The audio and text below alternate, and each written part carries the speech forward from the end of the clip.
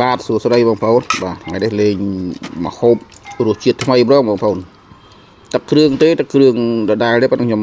រំលឹកអនុស្សាវរីយ៍ជំនាន់ម្ដាយគាត់ធ្វើឲ្យបងប្អូនទឹកគ្រឿងត្រីស្ងោរបាទទឹកគ្រឿងត្រីស្ងោរជាមួយនឹងម្ជូរស្វាយខ្ចីហ៎បងប្អូនអូយដឹកឃើញទឹកគ្រឿងដឹកឃើញនៅទូស្អីក៏ឆ្ងាញ់ដែរបងប្អូនបានម៉ែគាត់ធ្វើឲ្យកាលមុនធ្វើទឹកគ្រឿងបុកឲ្យធ្វើទឹកគ្រឿងអីក៏ឆ្ងាញ់ដែរម៉ែ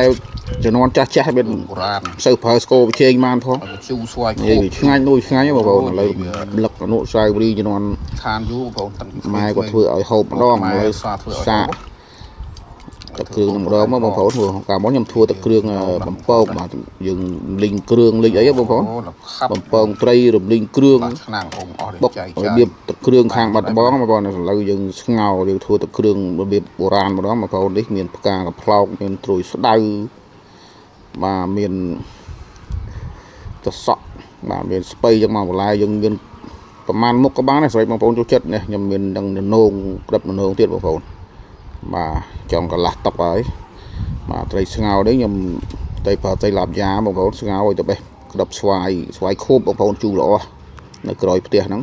3ផ្លែទេប្រើ3ផ្លែបងប្អូនឲ្យយើងសាប់វាហើយចឹងមកបាទយើងមកស្ងោរត្រីយើងនេះបាទដាក់ស្លឹកក្រូចស្លឹកខ្ទឹមឲ្យកុំឲ្យវាឆ្អាបបងប្អូន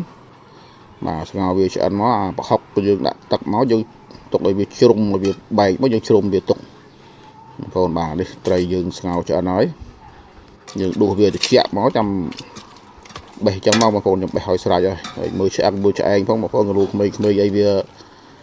អាចទៅឆ្អឹងបងប្អូនបាទរនោងខ្ញុំចិត្តឲ្យខ្ញុំស្ងោរបងប្អូនស្ងោរឲ្យទាំងវែងចឹងមកស្រួលដាក់ចានមើលគុណភាពបងប្អូនបាទត្រីយើងជ្រុំវាចឹងមកបងប្អូនបាច់ឲ្យល្អិតពេកក៏បានយកទៅវែងជ្រុំចឹងមកឲ្យស្រេចមកបាទត្រីយើងត្រីបឹងធម្មជាតិឆ្ងាញ់បងប្អូនបាទត្រីឡប់ចាបាទដាក់គ្រឿងក្រៅបងប្អូនមានស្គរប៊ីចេងទឹកត្រីបន្តិចអីបន្តិចមកឲ្យស្វាយើងដាក់ពាក់កណ្ដាលសិនណាបងប្អូនបាទដាក់ឲ្យឆុំជាមួយគ្នាហ្នឹងមកបាទនិយាយអូទឹកគ្រឿងនេះហៅថាចាស់តែខាប់ទឹកគ្រឿងណាបាទក៏ចាក់ប្រហុកចូលខ្វងនោមយើងឆ្អិនហើយដួសចេញមកបងប្អូនស្រស់ស្ដៅស្អីមក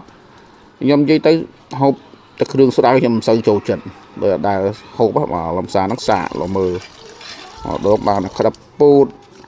អីត្រួយត្រឡងអីត្រូវជាមួយនឹងទឹកគ្រឿងខ្ញុំចូលចិត្តបាទរបស់ធម្មជាតិការកផ្លោកអីនេះចាស់បងចូលចិត្តទុនណា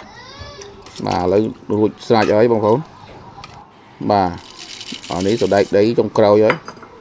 បាទបងសណ្ដែកដីឯងកោឲ្យប្រសហ្នឹងយើងភ្លុកហើយណាបងប្អូនយើងតាមតម្រូវចិត្តមកយើងជូរប្រៃឲ្យលេចកើតមកហើយមានលឹកជីណាលឹកជីកំបងស្លឹកខ្ទឹមយើងលាយគ្នាចឹងមកបងប្អូននិយាយមិនទៅណៅបងប្អូនគាត់ណាកោប្រទេសមកស្រកទឹកមាត់បាត់ហើយទាំងឆ្ងាញ់យ៉ាងណាបងប្អូនបាទប៉ុណ្ណេះបានរំលឹកអនុស្សាវរីយ៍ម្ដងទៀតហើយបងប្អូនបាទទឹកគ្រឿងនេះឆ្ងាញ់ណាកាលមុនយើងប្រពងត្រីវាឆ្ងាញ់មួយបែបសម្រាប់មួយបែបវាទៅបងប្អូនបាទនេះដួសមួយចានមកនេះរៀបមកលើអាបន្លែណាគោតំណងទៀតបាទមានផ្កាកផ្លោកមានតសក់មានស្ពៃបាទបងប្អូនចូលរួមជាមួយខ្ញុំ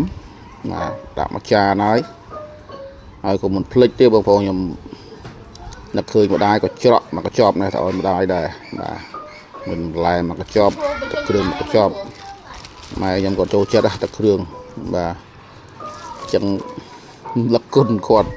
បានមកកញ្ចប់ឲ្យគាត់ដែរឲ្យប្រពន្ធគាត់យកទៅបាទនេះមកវិញមកប្រពន្ធហូបជាមួយគ្នាយ៉ាងមកបងប្អូនពេលល្ងាចនិយាយអូយហូបតែ2នាក់3នាក់ប្រពន្ធទេបើមកហូបមិនដឹងមកតុកតែខ្ញុំគឺចុះមកហូបបងប្អូនបាទអរគុណច្រើនបងប្អូនបានទស្សនាវីដេអូបាទមានប៉ុណ្ណេះទេអរគុណ